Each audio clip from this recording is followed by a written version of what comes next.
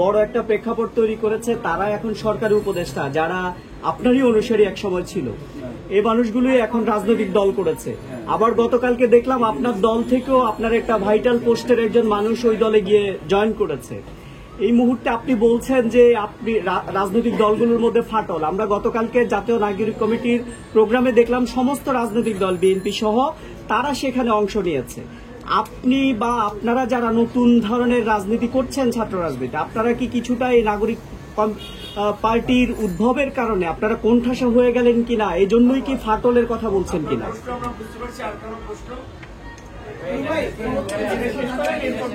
গতকালকে অনেককে দাওয়াত দেওয়া হয়েছে, আবু সাইদের পরিবারের কাউকে দাওয়াত দেওয়া হয়নি এবং এটি নিয়ে আবু সাইদের ভাই ক্ষোভ প্রকাশ করেছে সামাজিক যোগাযোগ মাধ্যম এবং সাংবাদিক ব্রিফিং করে। বিষয়টা আপনি কিভাবে দেখছেন? প্রথমত আমাদের এক সাংবাদিক ভাই যেটা বলেছেন তার এই প্রশ্নটা বলে আসছে যে গতকালকে যে নতুন দলের আত্মপ্রকাশ হয়েছে সেখানে আমাদের দাওয়াত দিয়েছিল আমাদের পূর্ব নির্ধারিত একটি প্রতিনিধি সভা, যেখানে আমাদের দল এবং অঙ্গ সংগঠনের কেন্দ্রীয় নেতৃবৃন্দের পাশাপাশি জেলা এবং উপজেলা পর্যায়ের নেতৃবৃন্দ আমন্ত্রিত ছিল। কাজে সাংগঠনিক বিবেচনায় আমাদের সেটি গুরুত্বপূর্ণ ছিল। আমরা কিন্তু নতুন দলের বিষয়ে, তরুণদের রাজনীতিতে অংশগ্রহণের বিষয়ে সবসময় ইতিবাচকভাবে বলে আসছি, কিন্তু এই জুলাই গণঅভ্যুত্থানকে কেন্দ্র করে যারা রাজনীতি করতে চাচ্ছে তাদের অনেকে আমাদের সহযোদ্ধা সহকর্মী ছিল। আমাদের কিছু নৈতিক জায়গা থেকে, আদর্শিক জায়গা থেকে তাদেরকে আমরা সুপরামর্শ দিয়ে আসছি, আমরা ভবিষ্যতেও দিব। কিন্তু আমরা শেখ হাসিনাকে বলেছিলাম যে সরকারের থেকে দলীয় সরকার অধীনে শেখ হাসিনা নির্বাচন করতে চেয়েছিল, সেটি রুখে দেওয়ার জন্য আমরা আন্দোলন সংগ্রাম করেছিলাম। কারণ সরকারের থেকে সে নির্বাচন করলে তো নির্বাচনকে প্রভাবিত করবে। এখন এই সরকারের উপদেষ্টা থেকে যদি তারা দল গঠন করে তাহলে তো এইটা সরকারি দল হবে। তাহলে আওয়ামী লীগের মধ্যে এই সরকারি দলের মধ্যে পার্থক্যটা কোথায়? গণ অভ্যুত্থানকে যেভাবে গুটি কয়েক ব্যক্তিকেন্দ্রিক গ্লোরিফাই করা হচ্ছে কিংবা কাউকে বিশেষ ভাবে ক্রেডিট দেওয়া হচ্ছে, সেটা তো বাস্তবতা না। এই গণ অভ্যুত্থানে বিএনপি, জামাত সহ বিশেষ করে এই গণ অভ্যুত্থানের তরুণরা যে ভূমিকা রেখেছিল, 18 থেকে যারা প্রসংস্কার আন্দোলন করেছিল, তাদের কথা ওইভাবে কোনো জায়গায় বলা হচ্ছে না। এখন সরকারে আছে, সরকার উপদেষ্টা হয়ে তারা সরকার, ব্যবসা বাণিজ্য সবকিছু নিয়ন্ত্রণ করছে, গণমাধ্যমকে নির্দেশনা দিচ্ছে, এইভাবে খবর দেখাবেন, এইভাবে প্রচার করবেন, তারা প্রচার করছে। আওয়ামী মাফিয়া দুর্বৃত্তদের সাথে রাতের অন্ধকারে মিটিং করা হচ্ছে, তাদেরকে পুনর্বাসনের জন্য আশ্বস্ত করা হচ্ছে। আমলাতন্ত্র থেকে শুরু করে রাজনীতি সব জায়গায়, এগুলো তো আমরা মেনে নিতে পারি না। শুধুমাত্র বিএনপি একটা বড় রাজনৈতিক দল, বিএনপির অনেক ঘটনা, দু একটি ঘটনা বাইরে আসায় আমরা শুধু বিএনপিকে সমালোচনা করছি। এই ছাত্র নেতৃবৃন্দ যা করছে, আপনারা গোয়েন্দা সংস্থার প্রতিবেদন থেকে সেটি যদি জানতে পারবেন, সেটা আপনাদের কাজ শিখবে।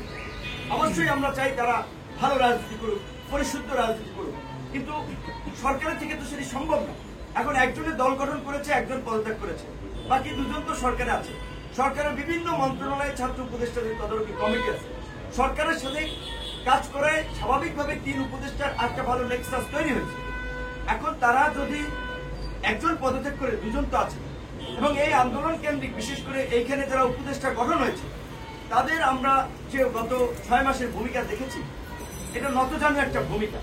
তারা ছাত্র নেতৃবৃন্দের কাছে জিম্মি ছিলেন অনেক ক্ষেত্রে, কাজে তারাও সক্রিয়ভাবে মেরুদণ্ড উঁচু করে অনেক সিদ্ধান্ত নিতে পেরেছে, অনেক কাজ করতে পেরেছে বলে এটা আমি মনে করি।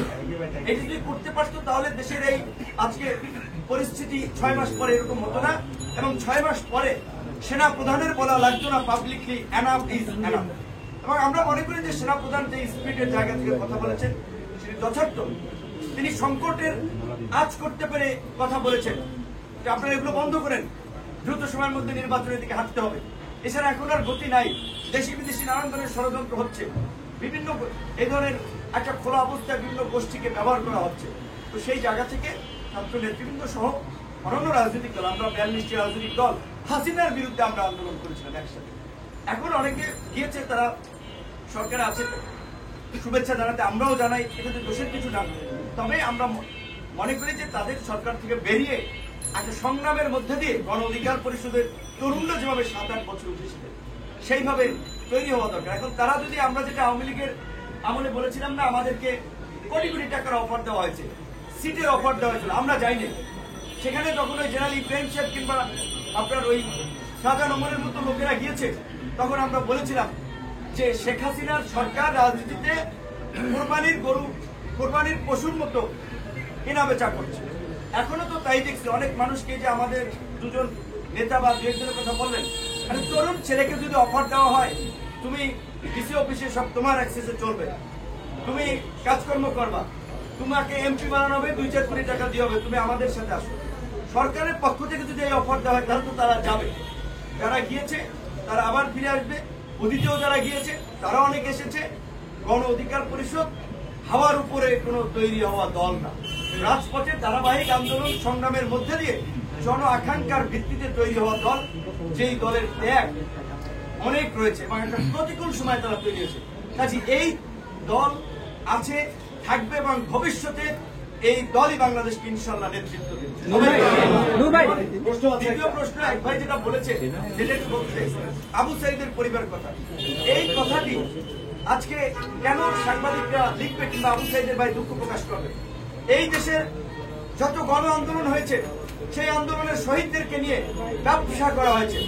আওয়ামী লীগ যেভাবে মুক্তিযুদ্ধের চেতনা নিয়ে ব্যবসা করেছে, এই গণ অভ্যুত্থানের ঠিকাদার দাবি করা প্রতিবাদ ছাত্র নেতা এবং ব্যক্তি সংগঠন, তারা তাদের এই চেতনা বা চেতনার ব্যবসা করেছে। তারা গণ অভ্যুত্থান আকাঙ্ক্ষার দল করবে, ভুক্তভোগী পরিবারকে নিয়ে দল করবে। বিএনপি অলরেডি তো একটা দল, এই দলে তো তাদের অনেক স্যাক্রিফাইস হয়েছে। জামাত অলরেডি একটা দল, সিপিবি একটা দল, গণসংহতি আন্দোলন একটা দল, গণ অধিকার পরিষদ একটা দল।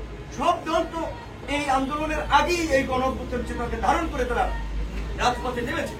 সবাই রাজনীতির সংস্কার কথা বলছে, তাদের এই সমস্ত মুখরোচক কথা বলা হচ্ছে, বাস্তবতা ভিন্ন। যেই কারণে এই গণ অভ্যুত্থানের সবচেয়ে আইকনিক ফিগার, টার্নিং পয়েন্ট ছিল সত্যিকার অর্থেই এটি যদিও গর্বের অহংকারের, আবার দুঃখের, যে আবু সাইদের বীরত্বপূর্ণ আত্মত্যাগ। অথচ সেই আবু সাইদের পরিবার কিন্তু আনুষ্ঠানিকভাবে দাওয়াত হয়নি। যদি তারা গণ অভ্যুত্থানের চেতনা ধারণ করতো তাহলে ওই মঞ্চে এই শহীদ পরিবারকেই তারা প্রাধান্য দিয়ে সামনে রাখতে পারতো। শুধু আবু সাইদের পরিবার না, এই পিজি হসপিটাল থেকে কয়েকদিন পর পর আহতরা যমুনার গেটের সামনে আসেন, প্রেস ক্লাবের সামনে আসেন, যে তাদের সুচিকিৎসার দাবিতে। আমরা গত 6 মাসে এই সম্পর্কে ওইভাবে একটি খুব বেশি কথা বলি নাই। আমাদের ছোট ভাই সহকর্মী, তাদের সম্পর্কে আমাদের বলা ঠিক হবে না। তারা গণ অভ্যুত্থানের এই আহতদের তালিকা নিয়েও যে 9-6 স্বজনপ্রীতি করেছে। যারা তাদের রাজনীতি করবে তাদেরকে একটা ভালো ক্রাইটেরিয়া, তাদেরকে বিদেশ পাঠানোর প্রাধান্য দেওয়া, যারা তাদের কথা শুনছে না, তাদের রাজনীতিতে যুক্ত হচ্ছে না, তাদেরকে প্রাধান্য দেওয়া হচ্ছে। এই ঘটনাগুলো আপনারা খোঁজ নেন। এখন তাদের অনেকের ফেসবুক ফলোয়ার আছে, আন্দোলনের কারণে হাইপে ফিগার হয়েছে। এখন তাই বলে আপনারা ভাবছেন যে তাদের বিরুদ্ধে নিউজ করাও ডিফিকাল্ট, বলাও ডিফিকাল্ট না। আপনাকে সত্য উন্মোচন করতে হবে। গণমাধ্যমের শক্তি অনেক, গণমাধ্যমকে আজকে স্বাধীনভাবে কাজ করতে হবে।